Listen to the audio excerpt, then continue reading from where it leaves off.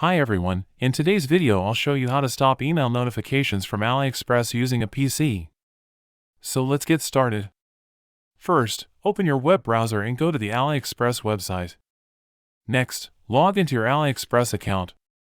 Once you're logged in, move your mouse over your profile icon in the top right corner.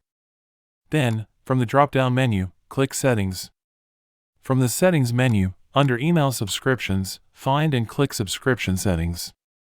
Now, uncheck or turn off the types of emails you no longer want to receive, such as promotions or service updates. It's usually a good idea to keep order-related emails enabled so you don't miss important updates about your purchases. After making your changes, click Save if required. And that's it! You successfully stopped email notifications from AliExpress on your PC. Thanks for watching. Don't forget to like and subscribe for more quick and easy tutorials.